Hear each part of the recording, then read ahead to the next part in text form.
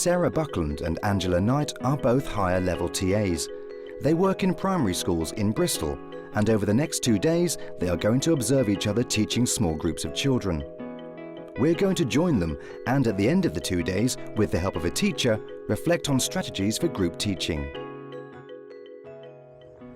Froombank Junior School, situated on the outskirts of Bristol, has some 200 children drawn from the local area. For the last 3 years, Sarah has been a school governor, and 2 years ago took up a position as a higher level TA.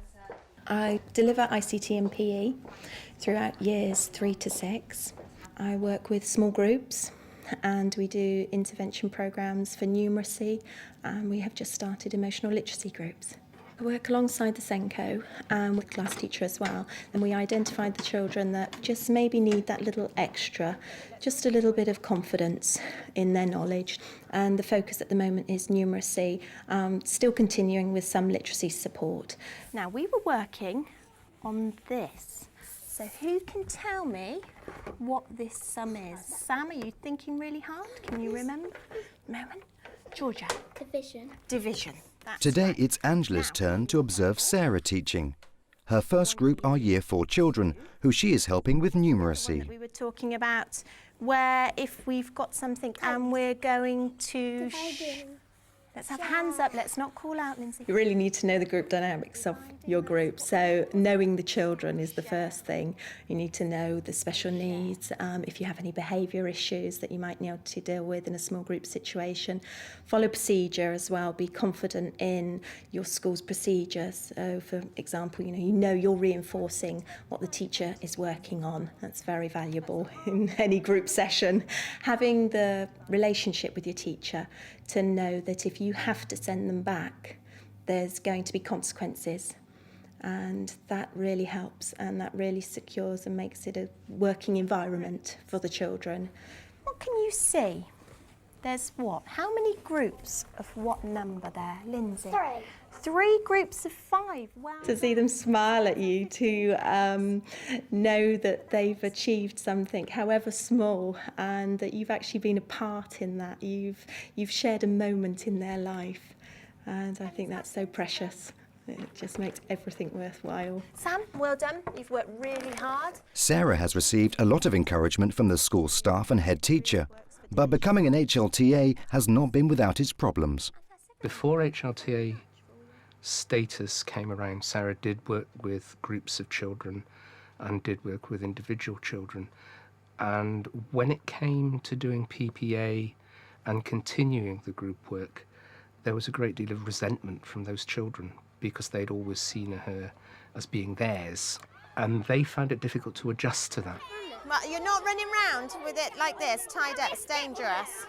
But using HLTAs and TAs for group work benefits them immensely. They build up very good relationships on the whole with the children who want to succeed for them. And I know they get a great deal of satisfaction out of seeing the children enjoy. So it becomes quite a nice little cycle of building on and moving on all the time. Start the first sentence. As part of her new job, Sarah also line manages the other TAs in the school. Today she's observing a colleague teaching a science lesson. I now have to ensure that at the beginning of the term their timetables are meeting the needs of not only the children they work with but their teachers. That can be difficult sometimes as communication in school isn't always the best, but it's enjoyable. I'm really enjoying it. Observing other TAs is great fun, and I think we're all close enough that we're looking at it constructively. People's perception is varied. Some see us as a helper, some see us as an actual teacher. There's no clear definition of what our role is, and each individual has a different idea. So the book's called, what's the book called, Ash? What a goal. What a goal. OK then, let's start reading. Let him go in goal, said Rocky. And after the last lesson, Sarah and Angela have an opportunity to catch up on how the day went. I really enjoyed doing the Wellington Square programme. The children seem to love the characters, which I think is so important. And I hope you saw that they've got a good understanding of the context of the text. This group, they all struggle with reading. They don't have the access to the materials at home quite often, and what we've tried to develop with them is a love of reading, and to show that it's not just all about being able to do a test, to read to take a test. It's about reading for enjoyment. The activities were really good because it was checking their understanding. They really enjoy the activities. They can link it to the text. They're able to identify the characters. Each time you're progressing, you're reinforcing what they've previously learnt. It's fun. It's usually lively. We can often go into the ICT suite as well, which they really enjoy. And they are transferring their skills they learn in the small group into the classroom, which is really, really good. So, Sarah, how do you think your numeracy session went this morning? It really worries me with those children. They're lacking the confidence in class, and that's what we're trying to work on, is to encourage them to feel that it's safe enough to make that mistake if they have got the wrong answer. And also, you were checking all the time their understanding, checking their answers, and I noticed one little girl was using addition instead of division, and you didn't just tell her what she was doing wrong, you gave her a reason why. Right. So which is And really so, good. yeah, that's what I'm trying to develop, is to ensure that the children are having the situation where they can have the confidence to make the mistakes, and it's very easy to sort of tell them what they're doing wrong, and I want them to learn for themselves and then to feel confident that they are able to correct themselves. The next day, some 5 miles across Bristol, Sarah joins Angela at Emerson's Green Primary School. Today, Angela is teaching literacy and sound discovery to small groups of Year 4 children, followed by Spanish to a whole class of Year 1 pupils. Well, no day is the same because I work right the way through each year group. So I could come in and be in one class for 20 minutes, have to go, fly off and work in another class for another hour, go back to my room, have a group for ALS or Springboard Maths, come back into another class, or maybe in the afternoon cover PPA time. So it's very, very busy. Okay, hands down. Mrs. Knight's group, you're going to go and work with Mrs. Knight. She's going to tell you exactly what you're going to do today. So if you'd like to go and find a seat with Mrs. Knight now. You really get to know the children personally. They tell you all about their life. They respect you. When you're working with them, you can see that the progress that they're making. They really enjoy what you're doing because you've got lots of resources for them. And you can see them progress. You can go into the classroom and you can see them using strategies that you're teaching them. Can you tell me where it was? Where was it? Morgan? At the circus. Well done. So that's on where? I have a really good relationship with the other teachers. I can always get advice from them. If I'm finding behaviour difficult, I can get strategies from the class teacher that usually works with them. If I need help with resources, any good ideas, I've just got to ask them, and they're always ready to help. And at the end of the lesson, Angela's group has a chance to present its work. On the sentence, we had to say why, and when we had said why, we put that like that. And then we had to say what happened. Well, then we were sentence detectives, so we had to find out of this sentence what question word was missing. As well as teaching small groups within the classroom, Angela also has her own room for group work. Today she is using sound discovery as part of the literacy programme. We're going to check our sounds again, see if we can remember them.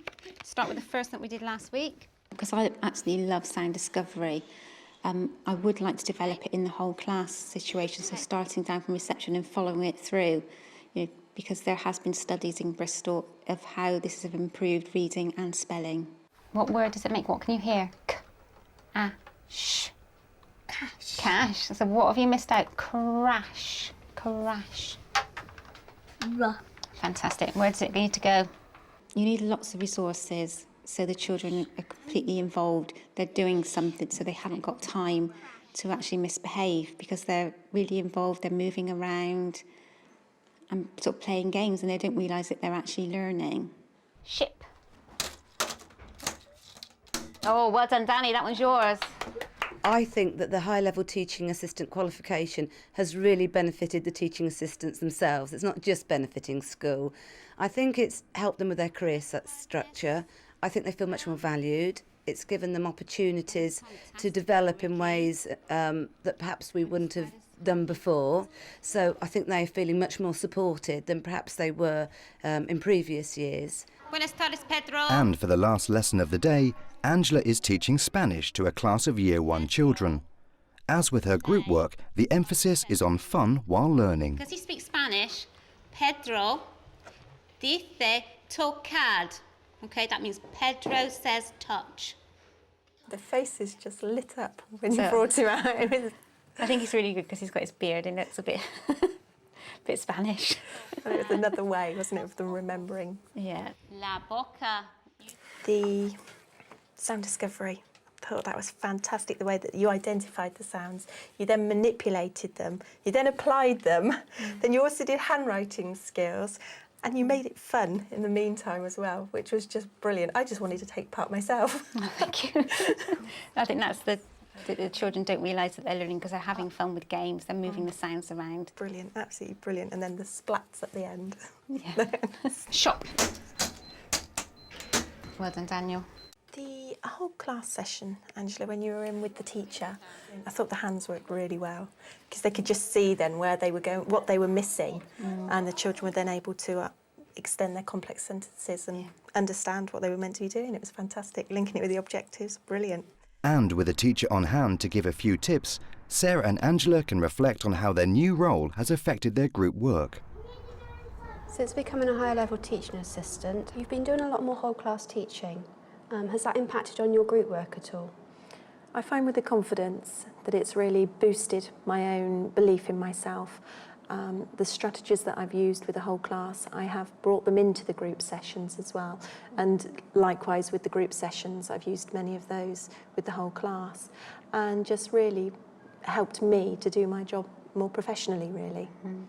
I find that because we do so many resources for our groups, that we know that really works because the children are really involved, so you don't get the behavioural problems. So I found that when I'm doing my teaching, if I prepare lots of resources and lots of things with children to be doing, you know, I'm not getting the behavioural problems. What particular behaviour management strategies do you find work well?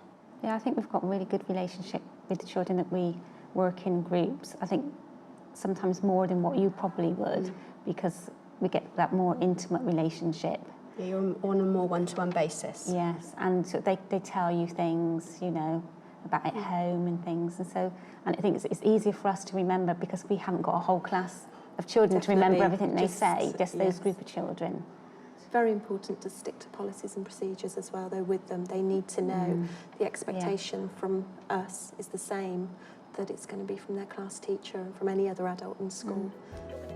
And having spent the last 2 days teaching and observing each other, both Angela and Sarah agree that becoming an HLTA has been worthwhile. Well, I really do feel if I can do it, anybody can do it. I lacked the confidence at the beginning. I didn't believe in myself. It's a lot of hard work, but you know, the rewards that you get, that you come away thinking, I've done a really good lesson. Once you can overcome the barriers, and that takes a little while, you really feel, it makes you feel good about yourself, and you know the children are going to respond to you really well.